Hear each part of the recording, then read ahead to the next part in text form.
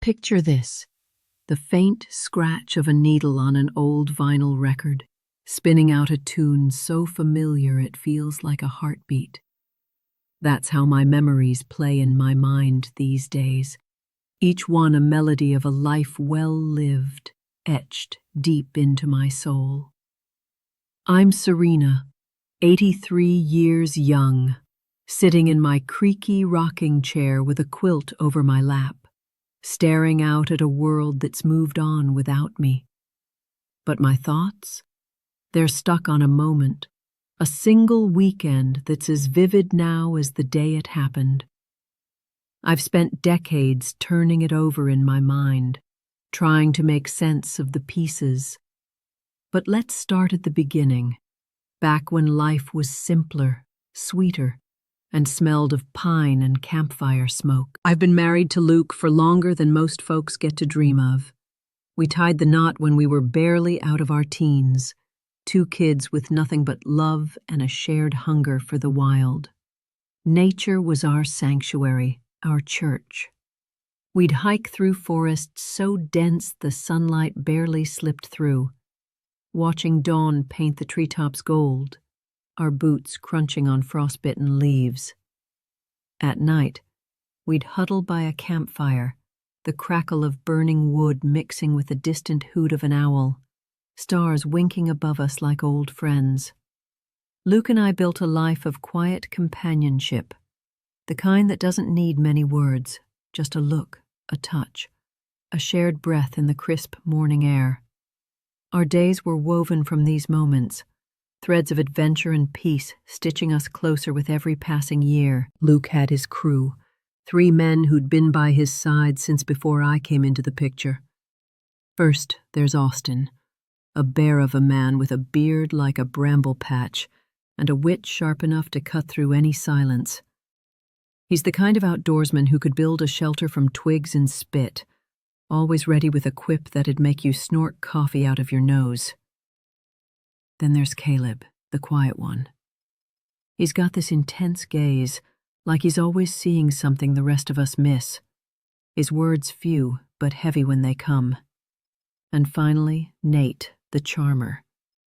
That man's got a sly smile that could talk a fish out of water, always lightening the mood with a story or a laugh, though you can never quite tell what's behind those twinkling eyes. These 3 were Luke's brothers in all but blood, joining us on camping trips or dropping by for backyard barbecues, their voices filling our home with a warmth I grew to love. It was Luke's idea, that weekend getaway. I can still hear his voice, rough around the edges but soft for me, as he leaned against the kitchen counter one evening. "Let's get away, Serena. Just us and the guys. A remote spot by a lake, surrounded by nothing but forest. You deserve it." Those words, "you deserve it," wrapped around me like a warm blanket. So there we were, the 5 of us, piling out of Luke's old pickup truck, the tires crunching on gravel as we arrived at the lake. The air hit me first, sharp and clean, laced with the scent of damp earth and pine resins so strong it felt like I could taste it. Towering pines stretched up around us, their needles whispering in the breeze, framing a lake so still it mirrored the sky like a sheet of glass. I stood there for a moment, just breathing it in, feeling the weight of the everyday slip off my shoulders. This was it. Our escape, a slice of wilderness far from the noise of the world. Luke and I got to work setting up our tent right near the water's edge. I can still feel the rough canvas under my fingers as we unfolded it, hear the metallic clink of the poles as we slotted them together. We didn't say much, just shared those quiet smiles that spoke louder than words, our hands moving in sync like we'd done this 100 times before. Nearby, Austin, Caleb, and Nate were wrestling with their own setup, their voices bouncing off the trees. Austin was already cracking jokes, his deep laugh rumbling as he teased Nate about hammering a stake in crooked. "Man, you couldn't pitch a tent if your life depended on it," he roared, while Nate just grinned and fired back something about Austin's beard scaring off the wildlife. Caleb, as usual, stayed quiet, focused on tightening a guy line, but I caught the faintest smirk on his face. The sound of birdsong wove through their banter, high and sweet, while the lake lapped gently at the shore, a steady rhythm that felt like the heartbeat of this place. Once the tents were up, we decided to stretch our legs with a hike through the forest. The trail was narrow, carpeted with pine needles that muffled our steps, and the air grew cooler as we moved deeper under the canopy. Sunlight dappled the ground, flickering through branches, and I couldn't help but feel like we were walking through some ancient, untouched world. Luke kept stopping to snap pictures with his old camera, his face lighting up when he spotted a deer half hidden in the underbrush, its ears twitching before it bounded off. I remember standing beside him, watching the awe in his eyes, feeling that same wonder mirrored in my chest. Further up the trail, Austin suddenly hollered, "First one to the clearing gets bragging rights," and took off like a kid, his heavy boots thudding. We all laughed, half running, half stumbling after him, the forest echoing with our shouts until we spilled into a wide grassy patch bathed in golden light. I was breathless, grinning as we collapsed there for a bit, passing around a water bottle and soaking in the view of the lake glinting through the trees. By the time evening rolled around, we were back at camp, gathered around a campfire Luke had built with practiced ease. The flames crackled and popped, sending sparks dancing into the night sky, a canvas of endless black dotted with stars.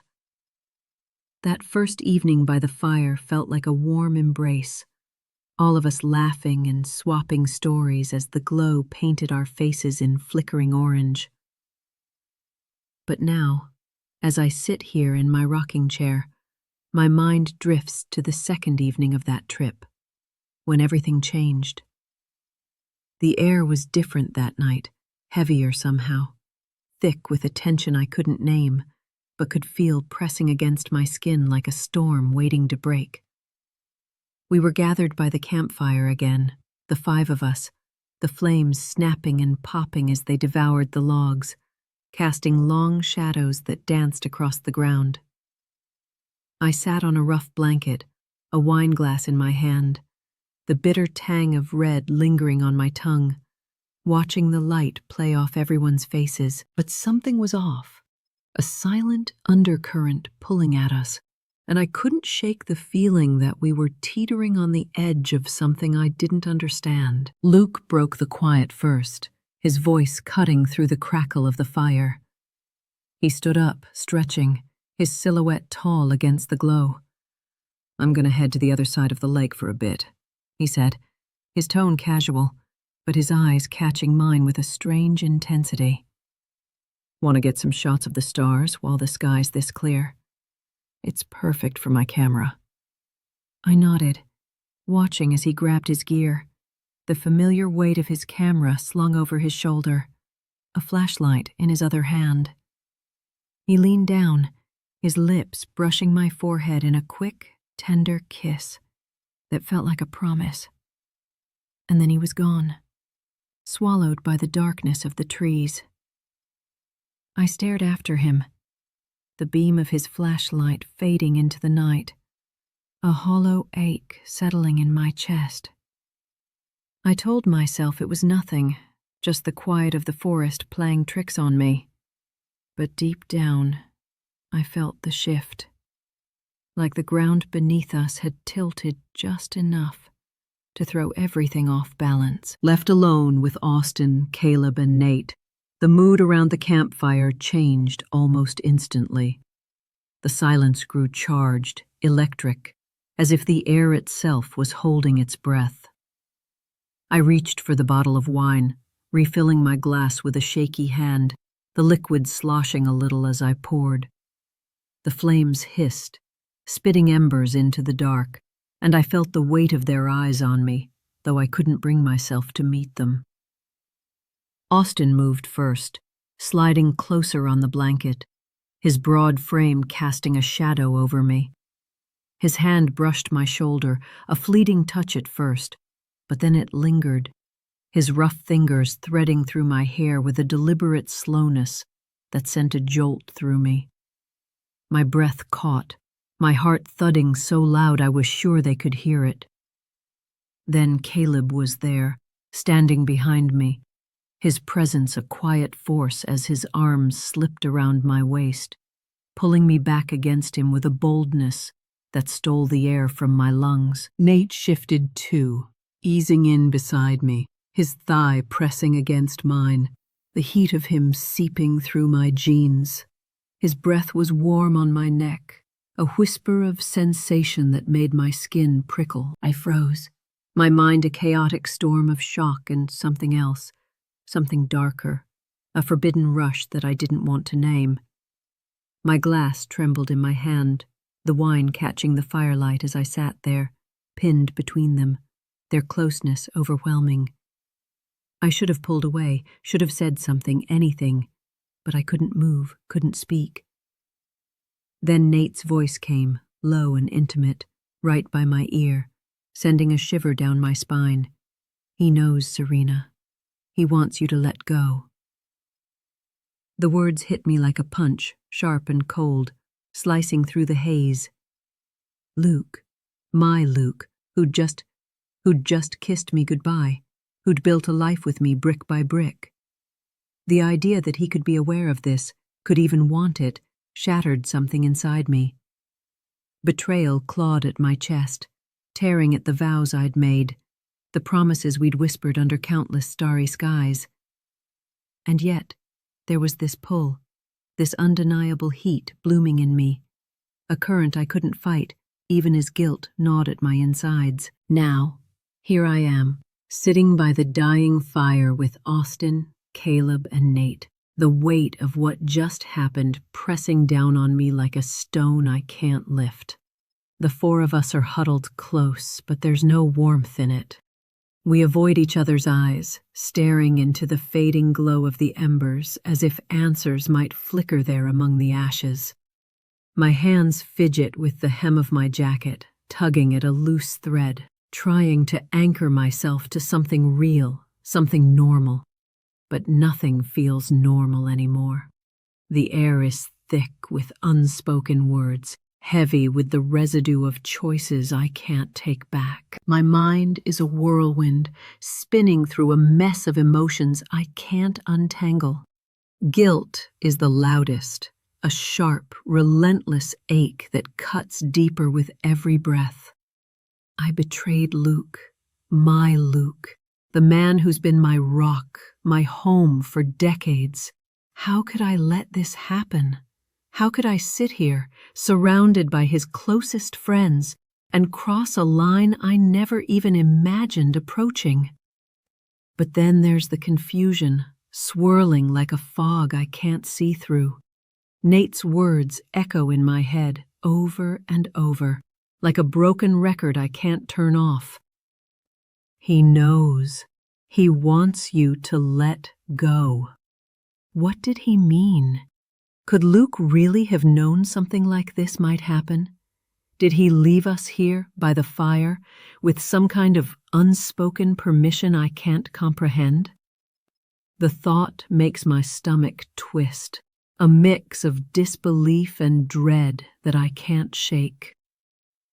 And beneath it all, buried under layers of shame, there's a lingering thrill, a spark of something wild and forbidden that I hate myself for feeling. I don't want to acknowledge it, but it's there, simmering, making my skin flush even now as I sit in the cold.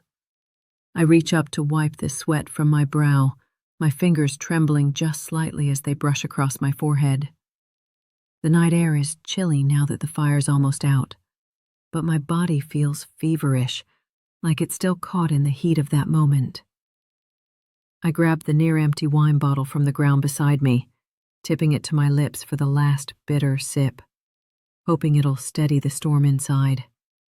It doesn't. The taste only sharpens the memory of how my hand shook earlier, how the glass glinted in the firelight as everything unraveled. I set the bottle down with a soft clink against a rock, the sound swallowed by the oppressive quiet around us.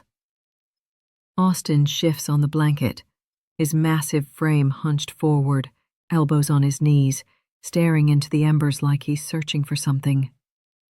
Caleb sits rigid, his jaw tight, eyes fixed on some distant point beyond the trees. Nate, closest to me, keeps his gaze lowered, tracing patterns in the dirt with a stick, his usual charm replaced by a stillness that unnerves me. Every now and then, their eyes flicker to each other, quick, unreadable glances that make my chest tighten. Are they waiting for something? For me to say something? Or is there more they know that I don't? The forest around us feels alive in a way that's suddenly suffocating. A distant owl hoots, its call low and mournful, cutting through the stillness like a warning. The wind picks up, rustling the leaves in a restless whisper, as if the trees themselves are murmuring secrets I can't hear. I pull my jacket tighter around me, the fabric rough against my skin, but it does little to ward off the creeping sense of isolation. Out here, miles from anyone or anything, we're cut off from the world, trapped in this bubble of tension and uncertainty. The lake, once a mirror of calm, now feels like a void just beyond our camp, its dark surface hiding depths I don't want to think about. Every sound, every shadow seems amplified, feeding the dread that's taken root in my gut. Where is Luke? Why hasn't he come back yet? Time drags on, each minute stretching into eternity. I keep glancing toward the trees where he disappeared, hoping to see the beam of his flashlight cutting through the dark, a sign that he's on his way back to me, to us. But there's nothing, just the endless black of the forest, swallowing every hope I cling to. My heart's pounding now, a frantic rhythm against my ribs as the weight of waiting bears down harder. The embers of the fire are barely alive, glowing faintly like dying stars, casting just enough light to outline the shapes of Austin, Caleb, and Nate around me. We're all frozen in this moment, caught in a web of silence and secrets, and I can't shake the feeling that something worse is coming. Something I'm not ready to face. Then I see it. A movement at the edge of the trees, a shadow detaching itself from the darkness. My breath catches, a sharp gasp that cuts through the quiet, and I sit up straighter, eyes straining to make sense of the figure emerging. It's Luke. His silhouette is unmistakable, tall and lean, moving with a slow, deliberate pace that sends a chill skittering down my spine. The faint glow of the embers catches him as he steps closer, illuminating just the edges of his form, leaving his face shrouded in shadow. I can't read him, can't see the warmth or anger or anything I'm desperate to find in his expression. My stomach drops, a sickening lurch, as I notice the camera in his hands, held with a kind of careful intent that makes my skin crawl. He's not rushing, not calling out to us, he's just walking, each step measured, like he's been watching for a long time and already knows everything he needs to. I want to stand, to run to him, to explain or beg or do something to bridge this gaping chasm I feel opening between us. But my legs won't move. I'm rooted to the blanket, my hands clenched into fists, nails digging into my palms as he approaches. He stops a few feet away, near a jagged rock by the fire pit, and without a word, he sets the camera down on its surface. The dull thud of it hitting stone echoes in my ears, louder than it should be. His fingers linger on the device for a moment, then press a button with a faint click that feels like a gunshot in the stillness, stopping a recording. My mind reels, pieces snapping together in a horrifying rush. He's been filming. He's captured everything, every touch, every whispered word, every line I crossed by this fire. The realization sinks into me like a blade, cold and sharp, slicing through the fog of guilt and confusion. He didn't just leave to take pictures of the stars. He was there, in the shadows, watching, documenting it all. Before I can find my voice, before I can even process the weight of what this means, Luke's gaze lifts. He looks at me first, his eyes piercing through the dim light, and I feel stripped bare, exposed in a way that goes beyond the camera's lens. There's no warmth there, no trace of the man who kissed my forehead hours ago. Then, his gaze shifts, sweeping over Austin, Caleb, and Nate, each of them stiffening under the weight of it. When he speaks, his voice is low, chilling, each word deliberate and heavy with something I can't name. I knew you'd break. I just wanted to see what it would look like when she did it with you. The words hang in the air, sharp as shards of glass, cutting deeper than anything I've felt tonight. My breath stops, my chest tightening as the full force of his meaning slams into me. He knew.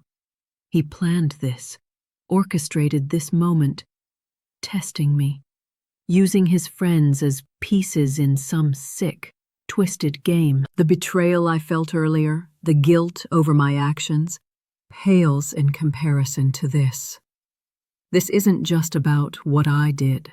It's about what he did, how he manipulated us all, how he turned our trust into a weapon. I stare at him, searching his face for something, anything to explain this. In the faint light, I see pain flickering in his eyes, raw and real. But it's tangled with a cold detachment that scares me more than his words ever could. I'm still reeling from the shock of Luke's revelation, his chilling confession that he orchestrated this night, as I sit here by the cold remains of the fire. The embers are nothing but faint whispers of warmth now, barely glowing, casting long ghostly shadows across the ground. The four of us, Austin, Caleb, Nate, and me, are huddled in a loose circle, but there's no closeness, no comfort in our proximity.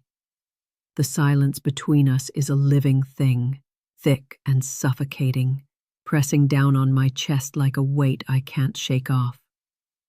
No one speaks. No one dares to.